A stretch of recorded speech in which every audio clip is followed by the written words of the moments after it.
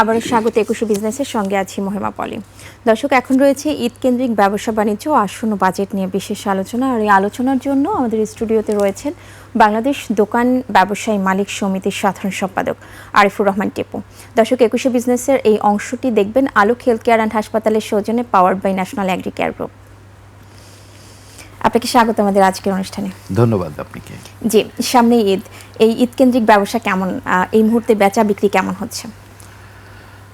আসলে ধন্যবাদ আপনাকে যে ঈদের প্রশ্নটাই আপনি আগে করেছেন। যে আমরা ঈদকে কেন্দ্র করে আসলে আমরা বড় ধরনের আমরা ব্যবসা বাণিজ্য যাতে আমাদেরকে করতে হবে, সেই কারণে আমাদেরকে মজুদ করতে হয়, অনেক মাল বাইরে থেকে আনতে হয়, আমাদের দেশীয় পণ্য আমাদের রাখতে হয়।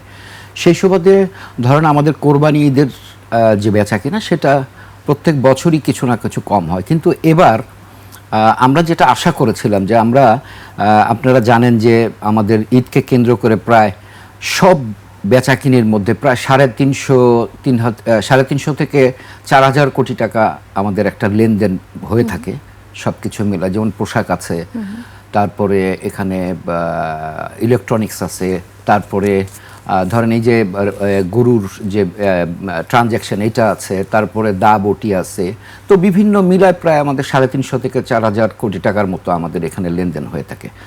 আমরা চাই যে এবারকার ব্যবসা যে ব্যবসাটা যে চলছে আমাদের কাপড়ের, এই কাপড়টাতে আমরা ভেবেছি যে আশা করছি আর কি যে আমাদের প্রায় ধরেন 80,000 থেকে 1,00,000 কোটি টাকা আমাদের বেচা কিনে হবে।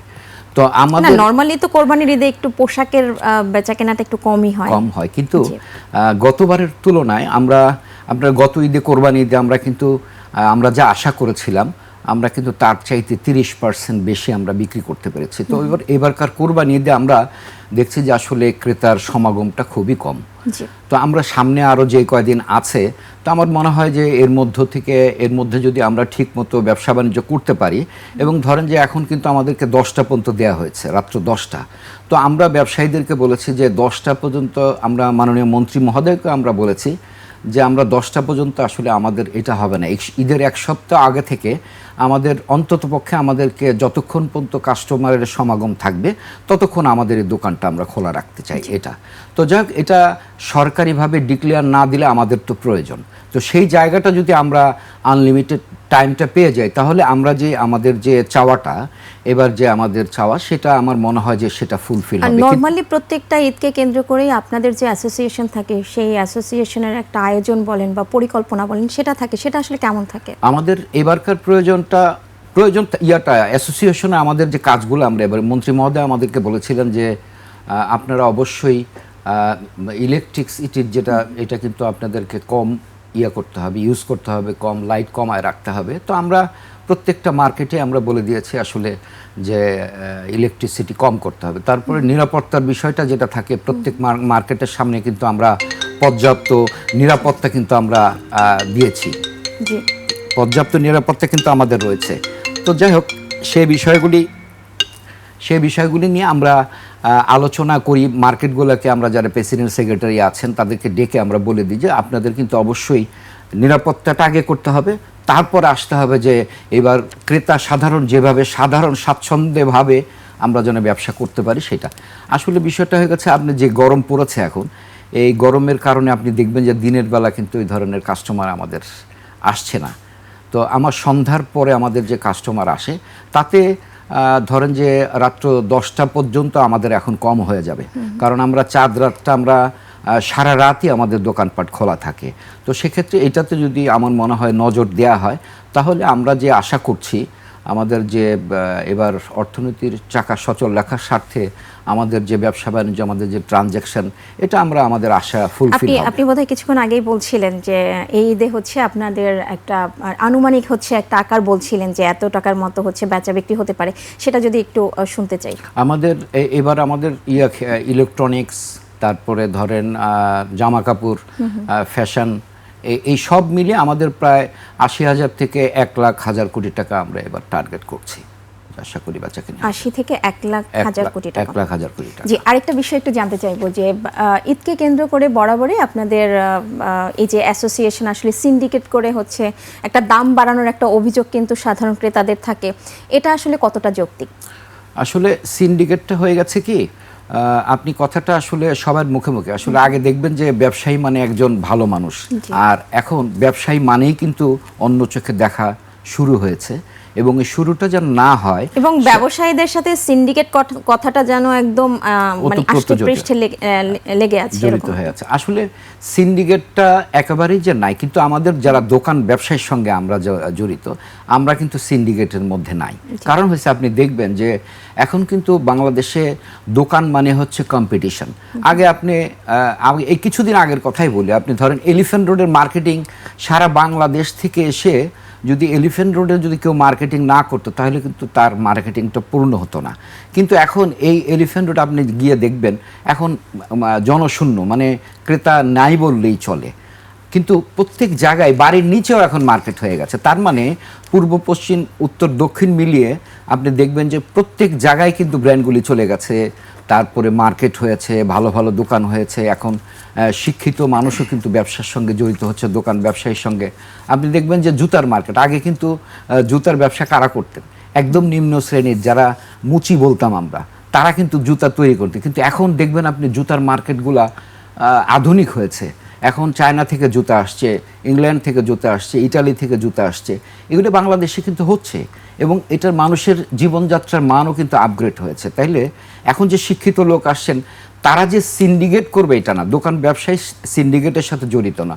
সিন্ডিকেট ধরেন আপনার এখানে খাবারের যে আইটেমগুলি আছে, তেল আছে, বিভিন্ন খাবার আইটেমগুলো, এটার মধ্যে সিন্ডিকেটটা কিন্তু ইদানিং বেশি দেখা যায়। এবং কিছুদিন আগে থেকে খুব সিন্ডিকেটের তোড়জোড়, যেমন তেল নিয়ে যে সিন্ডিকেট হয়েছে, আমরা বলেছি, আমরা আসলে এই জায়গার মধ্যে আমরা বলেছি, যদি কোনো ব্যবসায়ী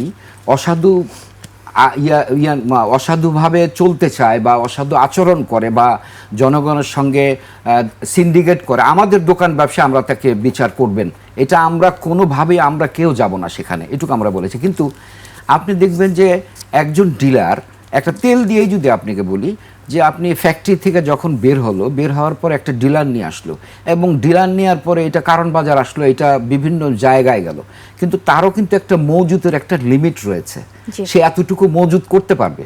সেই মজুতের জায়গায় আমার খুচরা ব্যবসায়ীকে কিন্তু ফাইন করা হচ্ছে। আমরা এটাকে বলেছি যে আমার খুচরা ব্যবসায়ী যদি বেশি দামে বিক্রি করে থাকে, অবশ্যই আপনি তার বিচার করবেন, আমরা এখানে কেউ যাবেন না, আমাদের অ্যাসোসিয়েশন থেকে আমরা তো যাবই না, বরঞ্চ আমরা বলবো যে আপনার যে পাপের দায়টা আপনাকে নিতে হবে। আমরা কিন্তু সবসময় এটা বলে থাকি। তো এই যে সিন্ডিকেটের কথা বলা হয়, এই সিন্ডিকেটটা ভাঙতে গেলে আমাদের প্রয়োজন, আমরা সাথে থাকতে চাই, সরকার যে ইনিশিয়েটিভগুলি নেবে সেটার সঙ্গে আমরা একমত। সিন্ডিকেট বাংলাদেশে আসুক এটা আমরাও চাই না। আমরাও তো একসময় ক্রেতা, আমরা একসময় বিক্রেতা।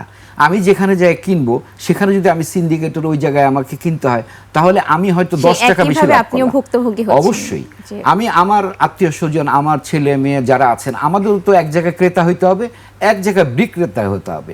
তাহলে আমরা চাই যে না, সিন্ডিকেটবিহীন একদম স্মুথলি বাংলাদেশের চলমান যে অবস্থা আছে, আমরা একদম সৎভাবে ব্যবসা বাণিজ্য করে আমরা চলতে চাই। হ্যাঁ, অসৎ ব্যবসায়ী যে নাই তা নয়, তাকে বিচার করা হোক এবং জনসম্মুখে করা হোক, এবং সে যেন আর সাহস না পায় সিন্ডিকেট করার। যে একটু জানতে চাইবো, আপনাদের অ্যাসোসিয়েশনের মেম্বার সংখ্যাটা কত? আমাদের আসলে সারা বাংলাদেশে আমাদের প্রায় অ্যাসোসিয়েশনের সংখ্যা রয়েছে, ধরেন মানে আমাদের তো অ্যাসোসিয়েশন সদস্য আমরা কিভাবে করি, হ্যাঁ সদস্য ধরেন আমাদের প্রায় 8,000-এর মতো সদস্য আমাদের সারা বাংলাদেশে আছে। 8,000। জি, সেক্ষেত্রে একটা বিষয় আমরা বরাবরই দেখি যে কিন্তু সরকারের রাজস্ব আদায়ে প্রতি বছরই একটা যে লক্ষ্যমাত্রা থাকে, সেখানে একটা ঘাটতি থাকে। কিন্তু আপনাদের যে অ্যাসোসিয়েশন থাকে, সেই অ্যাসোসিয়েশনের মেম্বাররা হিউজ পরিমাণ প্রফিট করলেও তারা আসলে ট্যাক্সের আওতায় আসে না, বা তারা সেই পরিমাণ ট্যাক্সটা আসলে দেন না। মানে এটা কেন? মানে এই বিষয়ে আপনাদের অ্যাসোসিয়েশনের কোনো ভূমিকা থাকে কিনা? আসলে আপনি জানেন যে ট্যাক্সের বিষয়টা হয়ে গেছে যে আমাদের যারা দোকান ব্যবসায়ী করে, আপনি জানেন যে 70 লক্ষ ব্যবসায়ী কিন্তু সারা বাংলাদেশে আমরা দোকান ব্যবসায়ীর সঙ্গে জড়িত।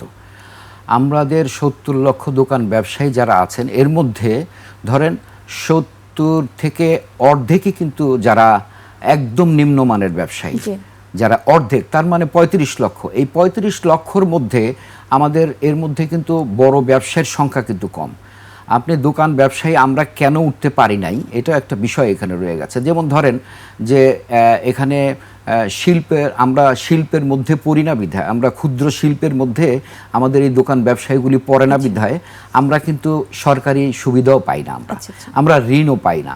আমরা যারা আমাদের নিজস্ব টাকা থেকে, যারা কিছু মানুষ আছে যারা যারা ব্যবসা করেন, যারা ইম্পোর্ট করেন, তারা কিন্তু তাদের থেকে এনে কিন্তু আমরা এই দোকান ব্যবসায়ী। কিন্তু আমি 25 লক্ষ যদি বাদও দেই, বাকি থাকে 25 লক্ষ। হ্যাঁ, এখন আসেন 35 লক্ষ। আপনি যদি ভ্যাটের বিষয়টা বলেন, এর মধ্যে ভ্যাটের কথাটা যদি আপনি বলেন, যে বলতে পারেন যে ভ্যাট ট্যাক্স কেন দেয় না, এটা আপনার বলার রাইট এটা আছে অবশ্যই। আমাদের এর কথা হলো যে 70 লক্ষের মধ্যে 35 লক্ষই কিন্তু আপনার বাদ যাবে, যে তাদের 50 লক্ষ টাকার টার্নওভারের নিচে যারা আছেন তারা ভ্যাটের আয়তমুক্ত থাকবে। এটা কিন্তু সরকারি নিয়মই আছে এবং এটা কিন্তু গত টার্মে কিন্তু মানাই হয় নাই, আমাদেরকে বিভিন্নভাবেই হয়রানি করা হয়েছে দোকান ব্যবসায়ীদের। এই যে 70 লক্ষ, এই 70 লক্ষ আপনি দেখেন যে প্রথমে আমাদের 2014-15-তে আমাদের প্যাকেজ ভ্যাট ছিল। হ্যাঁ, 2014-15-তে আমাদের প্যাকেজ ভ্যাট ছিল এবং প্যাকেজ ভ্যাট ছিল 3600 টাকা। এই 3600 টাকা যখন আমরা প্যাকেজ ভ্যাট দিলাম, শুরু করলাম, তখন আমরা কিন্তু অ্যাসোসিয়েশনগুলো, আমার কিন্তু অনেকগুলি অ্যাসোসিয়েশন আমাদের আছে, দোকান ব্যবসায়ীদের অনেকগুলি অ্যাসোসিয়েশন আছে আমাদের। তো আমরা সমন্বিতভাবে এই যে 3500 টাকা 3600 টাকা, তখন কিন্তু আপামর সবাই কিন্তু ভ্যাট ট্যাক্স দিয়েছে এবং দেওয়ার পরে আপনি দেখবেন যে এখানে প্রায় 2014-15 প্রায় 23 কোটি টাকার মতো, 23,000 কোটি টাকার মতো আমাদের কিন্তু ভ্যাট আদায় হয়েছে। যে আমরা এই বিষয়গুলো নিয়ে আরো আলোচনায় ফিরবো, তার আগে একটি বিরতি নিয়ে আসছি। জি দর্শক, এ পর্যায়ে নিচ্ছে একটা বিরতি, ফিরবো একটু পরেই, সাথেই থাকুন। আবার স্বাগত 21 বিজনেসের সঙ্গে আছি মহিমা পলি। দর্শক, বিরতির আগে ঈদকেন্দ্রিক ব্যবসা বাণিজ্য ও আসন্ন বাজেট নিয়ে কথা বলছিলাম বাংলাদেশ দোকান ব্যবসায়ী মালিক সমিতির সাধারণ সম্পাদক আরিফুর রহমান টিপুর সঙ্গে। প্রিয় দর্শক, 21 বিজনেসের এই অংশটি দেখছেন আলোক হেলথ কেয়ার অ্যান্ড হাসপাতালের সৌজন্যে, powered by National Agri Care Group. আমরা আবারও তার সঙ্গে আলোচনায় ফিরছি। আমরা বিরতির আগে একটা বিষয় নিয়ে কথা বলছিলাম এবং ব্যবসায়ীদের ভ্যাট ট্যাক্স ফাঁকি দেওয়ার বিষয়টা নিয়ে কথা বলছিলাম। তো এ বিষয়ে আরেকটা বিষয় একটু যদি আমি অ্যাড করি এটার সাথে, যে অনেক সময় যে বিভিন্ন দোকানে, বা আমি যদি এক্সক্লুসিভ ব্র্যান্ড বাদ দিয়ে ছোট ব্র্যান্ডগুলোর দিকে একটু তাকাই, তারা কিন্তু তাদের প্রাইস ট্যাগের সাথে দামের সাথে ইনক্লুডিং ফ্যাট অথবা এক্সক্লুডিং ফ্যাটটা লিখে রাখে। তো সেক্ষেত্রে তারা আসলে কতটা পরিশোধ করে সেই ফ্যাটটা? ধন্যবাদ আপনাকে। আসলে আমাদের যে দোকান যারা ভ্যাট নিয়ে যারা ব্যবসা করেন, আমরা কিন্তু আসলে বড় বড় শপিং মলে দেখবেন যে ব্র্যান্ড শপগুলা, কিছু ছোট মাঝারি ব্র্যান্ড শপগুলাতে এটাতে কিন্তু ভ্যাটের ওইখানে কাগজে লেখা থাকে যে এত। আর আমরা ম্যাক্সিমামই কিন্তু আমাদের দেখবেন যে আমাদের দাম দর করে আমাদেরকে কিনতে হয়, তারা কিন্তু এর বাইরে। এবং ভ্যাট ইনক্লুডিং যেখানে লেখা থাকে যে ব্র্যান্ডগুলোর, এখানে যে একদম যে কিছু নাই এখানে, সেটা আমি বলবো না, কারণ এখানে এনবিআরের কিছু তো সবাই নয়, কিছু লোক যারা আছেন, কিছু মানুষ তো যারা মাঠ পর্যায়ে কাজ করে, যারা এইসব দেখাশোনা করে, তারা যে একেবারেই যে মানে সাধু সেজেই যে যায় এরকম না, তাদেরও যোগসাজশ থাকে থেকে এখানে আন্ডার কিছু মানি চেঞ্জ হয়, বিতরণ হয়। না হলে আমরা ধরেন যে এখানে তাহলে এত বড় দোকানে সে কিন্তু দেখেন আমরাও যে রেটে বিক্রি করতে পারছি, তার চাইতে কিন্তু ওই ব্র্যান্ড শপগুলোতে কিন্তু একটু বেশি দাম বিক্রি হয়। আপনি একটা দোকানে, ছোট্ট একটা দোকানে যাবেন, যে দেখবেন ওইখানে পণ্যের দাম আছে 100 টাকা এবং ওইখানে যায় দেখবেন যে 110 টাকা প্লাস ভ্যাট অমুক। হ্যাঁ, এখানে একটা যে তার ব্র্যান্ডিংয়ের একটা প্রাইস ওখানে ইনক্লুডিং হয় এবং মনে হয় আমার কাছে যতটা যে ব্র্যান্ডিংয়ের একটা ইনক্লুডিং করা হয়, এখানে ভ্যাট আছে। তো এখন ধরেন ভ্যাট তো ইনপুট দিতে হয়, যে আপনি যখন একটা ভ্যাটের কাগজটা নিতে হবে, আপনি দেখবেন যে আপনি ভ্যাট ইনক্লুডিং থাকে, কিন্তু আপনি যদি কাগজ চান যে হ্যাঁ আমাকে কাগজ দেন, আপনিকে কিন্তু অবশ্যই কাগজ দিতে বাধ্য। আমরা যারা ক্রেতা আছি, আমাদেরকে অবশ্যই এই কাগজটুকু তাদেরকে নিতে হবে, যে আপনি ভ্যাট প্লাস করলেন, তাহলে ভ্যাটের কাগজটা আমাকে দেন, তাহলে আমরা এটা বলতেই পারি যে আসলে এই যে প্রকৃতপক্ষে ট্যাক্স আদায় বা ভ্যাট আদায়ে আসলে সাধারণ ব্যবসায়ীদের সাথে এনবিআর এর যারা কর্মচারী বা কর্মকর্তা আছেন, তাদেরও কিছুটা যোগসাজশ থাকে। হ্যাঁ, এটা এটা বিগত দিনে আমরা দেখে আসছি। এখন নতুন সরকার এসছে, আমরা এই ভুলগুলা, এই যেই জায়গাগুলা মানে আমরা মনে করি যে এই জায়গাগুলা দেখার দরকার আছে, আমরা কিন্তু এবারকার এনবিআর এর যে চেয়ারম্যান আছেন উনি কিন্তু ভালো বুঝেন, উনি কিন্তু প্রত্যেকটা জায়গায় কিন্তু ডিজিটালাইজ করার জন্য সে চিন্তা ভাবনা করছেন। উনি কিন্তু প্যাকেজ ভ্যাটের কথা বলেছেন। তো এই যে ভ্যাটটা যাতে সহজীকরণ করা হয়, আমাদের ইয়া ছিল হলো যে আমাদের দেখবেন যে দোকান যারা ব্যবসা করে তারা কিন্তু কর্মচারীগুলি দেখবেন যে অনেক কর্মচারী কিন্তু একদম আন্ডার 10 বা ম্যাট্রিকের নিচে যারা আছেন এরা কিন্তু আমাদের এখানে কাজ করেন বেশিরভাগ। তো আমার মনে হয় যে ডিজিটালাইজ করতে গিয়ে আমরা যেন মনে করি যে সরকার যেন রাজস্ব না হারায়। আমরা যদি ভ্যাটটাকে আমরা একদম ভালোভাবে ধরে যে প্যাকেজ ভ্যাটটা করা হয়, আমরা প্যাকেজ ভ্যাট সারা বাংলাদেশের মধ্যে ইউনিয়ন পর্যায় পর্যন্ত আপনি দেখবেন যে অনেক বড় বড় দোকান রয়েছে কিন্তু। তো আমরা চাই যে কয়েকটা স্ল্যাব করে আমরা এই প্যাকেজ ভ্যাটটা আমরা যারা ব্যবসায়িক সংগঠনগুলি আছে আমাদেরকে ইনক্লুডিং করা হোক। আমরা কথা দিচ্ছি ইনশাল্লাহ আমরা সাথে থেকে এখন যে রেভিনিউ কালেকশন হচ্ছে, যে ভ্যাট আদায় হচ্ছে, আমরা এর থেকে আরও 5 থেকে 6 গুণ আমরা এটা আদায় করে দিব বলে আমরা সামনে বাজেট একটু ছোট্ট করে জানতে চাইবো যে আপনাদের অ্যাসোসিয়েশনের পক্ষ থেকে প্রত্যাশা কি? আসলে আমাদের ভ্যাট ট্যাক্সে আমরা যে অবস্থায় এখন আছি, আপনারা জানেন যে আমাদের খুচরা পাইকারি ব্যবসায় আমরা কিন্তু জিডিপিতে আমাদের 15% কিন্তু অবদান আমাদের এই পাইকারি খুচরা ব্যবসায়ীদের অবদান রয়েছে এখানে। তো এত বৃহৎ একটা অংশ আমাদেরকে করতে হলে আমাদেরকে একটা মাঠ তৈরি করে দিতে হবে। আমরা ব্যবসা করতে চাই, আমাদের সব কিছুই সহজীকরণ করতে হবে। এই যে ধরেন আমাদের এখন দোকান খোলা, আমরা এই 7টা পর্যন্ত আমাদের দোকান খোলা দিয়েছে। আপনি জানেন যে আমরা সেই কয়েক মাসে যে কয়দিন আমাদের দোকান 7টা পর্যন্ত বন্ধ করা হয়েছে, আমরা দোকানের ভাড়া দিতে পারি নাই, আমরা আমাদের খরচ সেটা দিতে পারি নাই, কর্মচারীর বেতন দিতে পারি নাই। অনেকেই কিন্তু আমরা চিন্তা করেছিলাম যে আমাদেরকে কর্মচারী ছাঁটাই করতে হবে। তো আমার মনে হয় যে এই যে বেকারত্ব, যদি আমি যদি একজনকেও ছাঁটাই করতে হয় তাহলে কিন্তু একটা বেকারত্ব একজন প্লাস হলো। তো আমরা চাই না, আমরা কিন্তু কষ্ট করে হলেও আমরা টেনে নিয়ে গেছি। তো আমার মনে হয় যে সামনে বাজেট আসছে, আমাদেরকে অবশ্যই আমাদেরকে শিল্পে, আমাদের ক্ষুদ্র মাঝারি শিল্পেতে আমাদের অন্তর্ভুক্ত করা হোক। আমরা যদি ক্ষুদ্র মাঝারি শিল্পেতে অন্তর্ভুক্ত হতে পারি তাহলে আমাদের যে সরকারি যে সুবিধাগুলি রয়েছে, আমাদের যে চাওয়াগুলি রয়েছে আমাদের পূরণ হবে, এটুকু আমি আশা করি। আমি আপনাকে অনেক ধন্যবাদ আজকে আমাদেরকে সময় দেওয়ার জন্য। ধন্যবাদ। আপনাকেও ধন্যবাদ, ইটিভিকেও ধন্যবাদ। দর্শক, এতক্ষণ দেশের ঈদকেন্দ্রিক ব্যবসা বাণিজ্য আসন্ন বাজেট নিয়ে কথা বলছিলাম বাংলাদেশ দোকান ব্যবসায়ী মালিক সমিতির সাধারণ সম্পাদক আরিফুর রহমান টিপুর সঙ্গে। নিচ্ছে একটা বিরতি, দুপুর 2টা 30 মিনিটে আবারও ফিরে আসবো 21শে বিজনেসে। দেখার আমন্ত্রণ রইল, 21-এর সাথেই থাকুন।